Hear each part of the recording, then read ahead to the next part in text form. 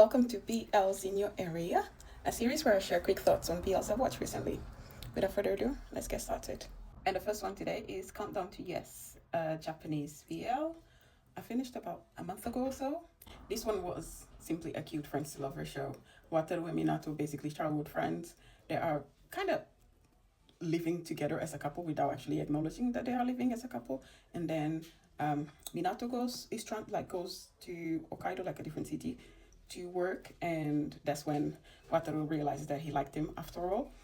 And then when Minato returned a few years later and then confesses, and then we basically go through Minato trying to get Wataru to agree to date him. So the whole Minato reassuring him of them deserving to be together literally just takes us back to a kind of their childhood memories, things like that. So it's all very like wholesome and good feeling.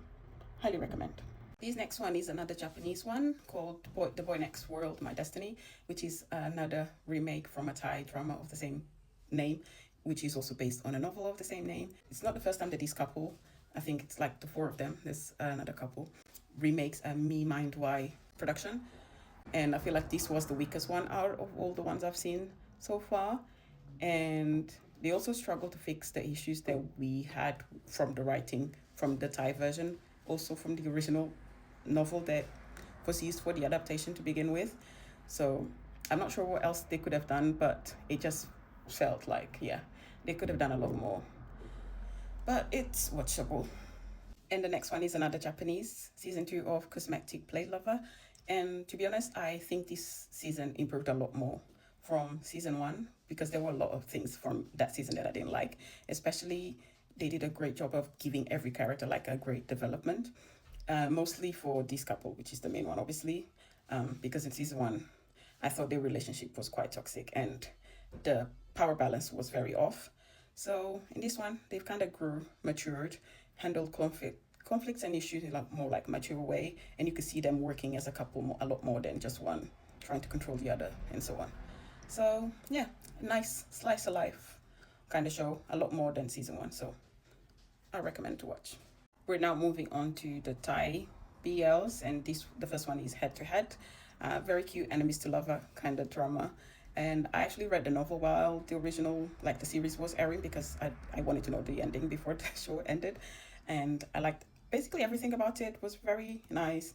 I liked that they didn't extend like the rivalry clashes too long, because they sometimes get annoying.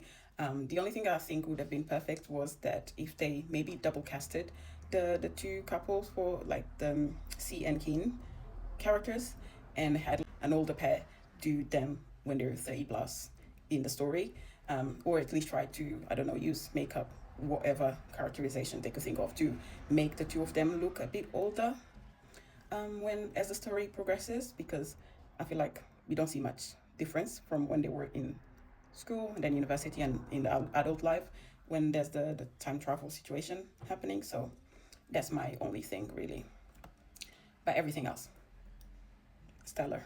Highly recommend. Okay, the next two are the Forever You second season compilations. We have Forever You, this one is Beside the Sky, which stars Pifa and Typhoon. The actors are Beaver and Tonlo. I think that's how you say it in Thai. At least that's how I heard him say it. And they really did a good job at bringing out the Pifa and Typhoon's character, respectfully, obviously. And the whole vibe of this part, in comparison to the first season, was just it's cute. I like how they didn't rush with all the traumatic experiences that Typhoon's character went through. And I kind of liked how they kind of dealt with things for the most part. So not much to say. A really nice watch as well. Now this part, which is the sun from another star, basically we have PRT in the top and Tauto in the bottom. And it was, I literally hated waiting for this one, because I just wanted to be ready and out. But thankfully, when it did came out, it kind of exceeded my expectations. So I was quite happy. And I love the choice of the actor that played Artit's dad, Direk. His dynamic with him was great, really.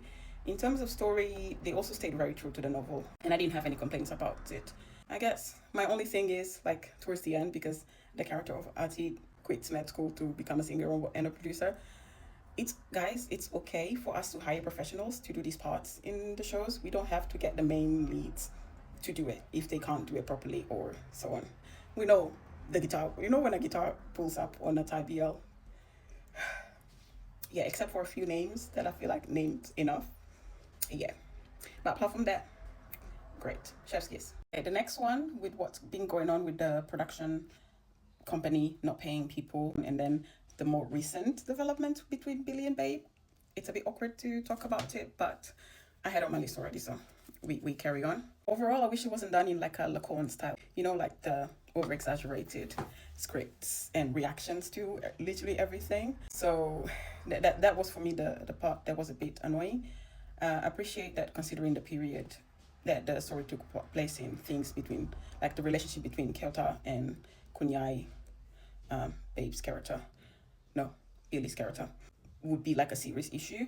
But things like the acting for P. Sophie was way over the top, and I feel like she used her head voice a lot during her acting, so I would have probably had like migraines and stuff at the end of each filming day. But it's always interesting to see period shows for BLs in general, at least for the culture. So yeah, you can watch it, and maybe considering the production's not paying people, maybe you shouldn't watch it, but yeah, it's complicated. This one is Love Like a Bike. Actually, the first BL I watched on Netflix, to be honest. I've got all of the recent ones they've added on my to watch list, but I haven't watched any of them yet. And it had a lot of potential because of the theme. And we need more coverage in themes like mental health and things like that in terms of BLs just in general.